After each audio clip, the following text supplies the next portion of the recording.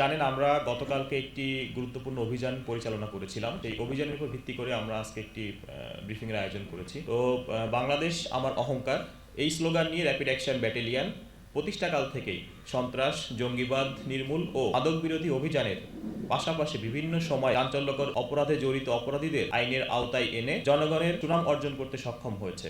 আগামী জাতীয় নির্বাচনকে সামনে রেখে আইন শৃঙ্খলা নিয়ন্ত্রণে, অবৈধ অস্ত্র উদ্ধার ও শীর্ষ সন্ত্রাসীদের গ্রেপ্তারের জন্য র্যাব দেশব্যাপী সাঁড়াশি অভিযান পরিচালনা করে আসছে।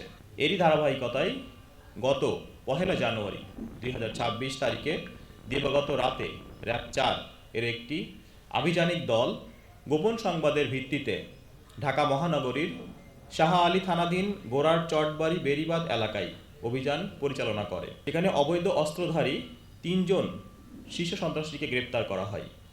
পরবর্তীতে পল্লবী থানাধীন লালমাটি উচ্চ বিদ্যালয় সংলগ্ন এলাকা হতে তাদের দেয়া তথ্য মতে আগ্নেয়াস্ত্র উদ্ধার করা হয়।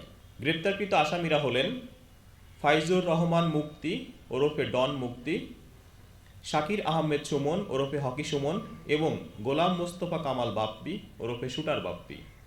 উল্লেখ্য যে গত 29 ডিসেম্বর 2025 তারিখে আরেক শীর্ষ সন্ত্রাসী মোহাম্মদ সজীব ইসলাম ওরফে ভাগিনা সজীবকে একটি বিদেশি পিস্তল, একটি ম্যাগাজিন ও 3 রাউন্ড গুলিসহ র্যাব 4 আটক করেছিল।